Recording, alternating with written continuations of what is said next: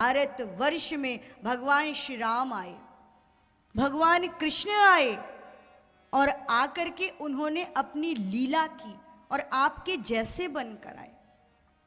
भगवान राम ने मानवीय अवतार को ग्रहण किया, भगवान कृष्ण ने मानवीय अवतार को ग्रहण किया, आपके जैसे बनकर आए।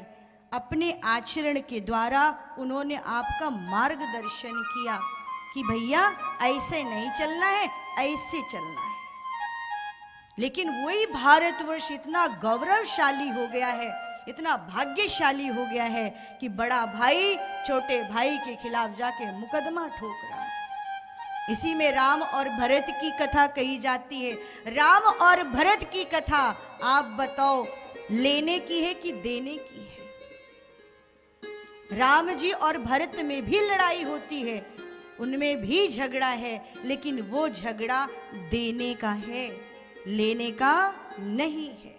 मेरा भैया भरत राजा बन जाए, ये राम जी चाहते हैं। और भरत क्या कहते हैं? संपत्ति सब रघुपति के आई, संपत्ति सब रघुपति के आई। जो बिन जतन चले तजिताही, जो बिन जतन चले तजिताही। संपत्ति सब रघुपति के आई, संपत्ति सब रघुपति के आई। सब राम जी का है। चलो हम भैया राम को राजा बनाएंगे और सारी सामग्री लाद के लेकर के चित्रकूट जाएंगे। भरत भैया चित्रकूट जब चले हैं तो राजा राम को मनाने चले हैं, भैया राम को मनाने चले।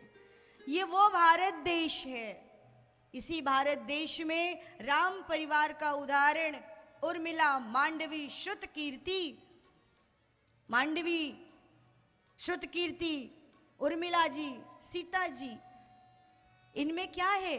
ये बहन बहन है, लेकिन भाव इतना प्रबल है कि मेरी बहन वन में जाएगी तो उसको कांटे लग सकते हैं, मेरी बहन जो फूलों पर चलती है तो उसके पाँव में छाले पड़ जाते हैं।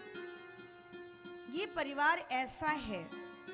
और भारतवर्ष में भगवान राम आए, कृष्ण आए, अपने चरित्र के द्वारा, अपनी लीला के द्वारा आपको कुछ बताने के लिए कि ऐसे चलना, लेकिन उसके विपरीत आचरण है। इसलिए कथा सुनिए, कथा में बैठ करके अपने मन को ठीक करिए कि हमारा मन ठीक है। और परिवार चलाने के लिए हम आपको एक बात बताएं, परिवार अगर ठीक रखना है तो 3 विषय हमेशा याद रखिए: प्रेम, परिवार, परमात्मा। अगर प्रेम है तो परिवार ठीक रहेगा, और परिवार ठीक होगा, परिवार मंदिर बन जाएगा तो परमात्मा वहां पर स्वयं आएगा। 3, प्रेम, परिवार और परमात्मा। जिस बूढ़े बाप ने आपको चलना सिखाया, जब वृद्धावस्था में उसको आपकी आवश्यकता पड़ी तो आपने मुंह फेर लिया, तो तुम चाहे जितनी भागवत कथा सुनो, चाहे जितनी राम कथा सुनो, कोई फल प्राप्त नहीं होगा। भगवान को मंदिर में ढूंढने की जरूरत नहीं है, घर में बैठे हुए माँ बाप ही आपके प्रभु हैं। और जिसको अपने नवग्रह ठीक करने हो, जिसको लगता हो कि मेरी कुंडली में मेरी ग्रह दशा गड़बड़ चल रही है, वो अपने बुजुर्ग माँ बाप के चरणों को सुबह शाम पकड़े रहे। जब समय बड़ा विपरीत चलने लगे, और देखिए गड़बड़ समय आता है तो पहले सूचना मिल जाती है कि समय गड़बड़ आने वाला है।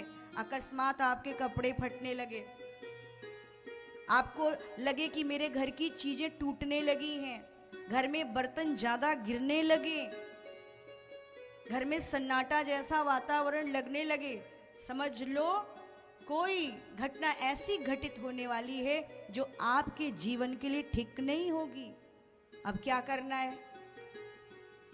घर में बैठे हैं बुजुर्ग माँ बाप, चरण पकड़ लो माँ के, पिता के चरण पकड़ लो, माँ के हाथों से आशीर्वाद लेने लगो, पिता के बूढ़े हाथ से आशीर्वाद लेने लगो, आपका समय ठीक होने लगेगा। अंगूठी पता करने लगते हैं, ज्योतिषियों के घर के चक्कर लगाने लगते हैं, लेकिन घर में बैठे माँ बाप की अवहेलना करते हैं। सुखी हो पाओगे? सुखी हो पाओगे? आज नहीं तो कल, और कल नहीं तो परसों उसकी मार जब पड़ती है ना, वक्त की मार है, ये आपको ही मार है। जो जैसा कर्म करेगा वो भोग कर चला जाएगा। इसलिए इस भागवत को दर्पण समझो, मानस को दर्पण समझो। ये रामचरितमानस की चौपाई हम लोग भी गा के चले जाएंगे, मंगल भवन मंगलहारी, उतरी नहीं तो हम भी तो देखते हैं जमीन कैसी है, हम भी देख रहे हैं जमीन कैसी है, हम किसमें बीज बो रहे हैं और ये बीज कितने अंकुरित होंगे। एक आधा भी अंकुरित हो गए तो हमारे ठाकुर जी ने हमको पास कर दिया।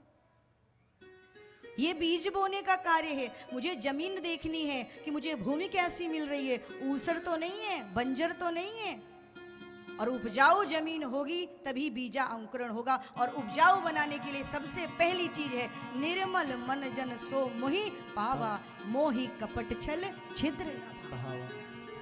इसलिए सबसे पहले जो मैंने जल डाला है आपके जीवन में, इस कथा में, वो डाला है कि आपका मन ठीक हो। और दूसरी बात है कि हमारा परिवार, आज का परिवार ठीक होना चाहिए, आपके बच्चे ठीक होने चाहिए, आपका घर ठीक होना चाहिए। सहनशीलता, आप में कितनी सहनशीलता है? और जिसके अंदर सहनशीलता है, माओं के अंदर ज्यादा सहनशीलता पाई जाती है। बहुत सहनशील होती है माएं। और सहनशीलता का अर्थ है जब घर में झगड़ा होने लगे तो दूसरा सूत्र अपना लेना, चुप रहने की आदत डाल लेना। जो मौन रहते हैं, ज्यादातर आपने देखा होगा साधक मौन रहते हैं। चुप रहने की आदत जिसने डाल ली, झगड़ा उसके यहाँ से बंद हो जाएगा। अपने माँ बाप के चरण पकड़िए, चुप रहने की, मौन रहने की आदत डालिए, मन को निर्मल बनाइए। देखिए आपके काम कैसे नहीं होते।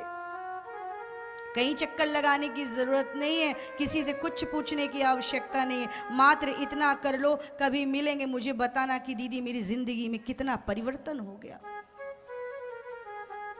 गुस्सा आए, आप अपनी मुट्ठी दबोच लीजिए। गुस्सा आ रही है, जवाब देने का मन कर रहा है, लेकिन उस वक्त जवाब मत दीजिए, चुप हो जाइए। तो ये मानस की कथा, ये भागवत की कथा, ये आपके जीवन में परिवर्तन लेकर आ जाएगी।